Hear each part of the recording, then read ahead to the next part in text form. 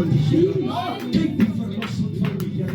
En weet jy die woord is sit stil, doe jou mond en kyk die verlossing van die Here.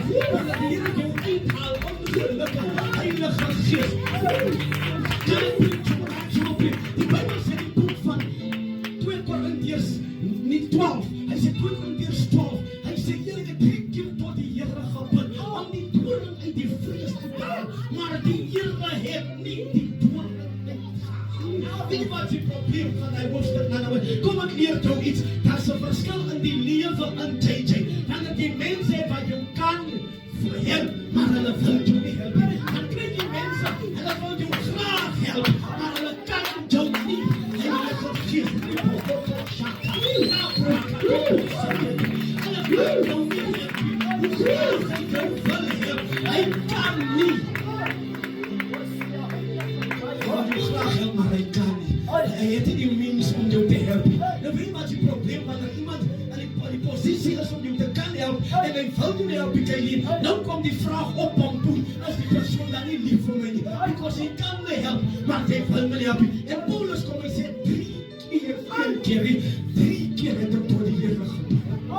En wat is ons allemaal dit soos hy sit, as daar iemand is wat die omstandighede kan verander, as dit die Here. Hallo, hy probleem dat jy nou met sit, as daar iemand is wat hom kan verander, as dit die Here broken, maar die Here wil nie antwoord nie.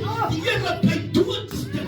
Hy sê, Here, het jou 3 keer gesmaak net om die doring uit my vlees. Hoor jy so, dat is 'n verskil.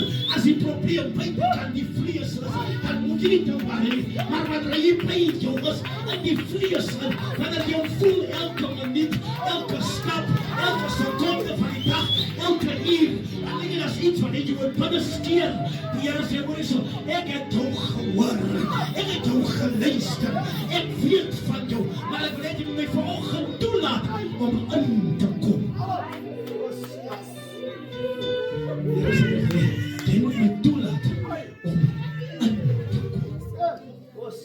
Sy het 3 keer tot die Here gebid, om die doring uit te haal. En die Here besluit, hy sal nie.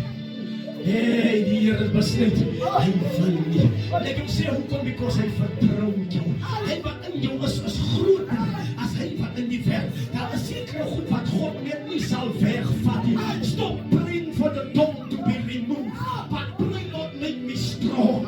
Heilige Gees, hou op van hier al die doring uit, maar jy moet vanoggend jou gebed verander en sê, Here, maak my sterk om die doring se pyn te kan hanteer. Because even in die doring moet uitgehaal word.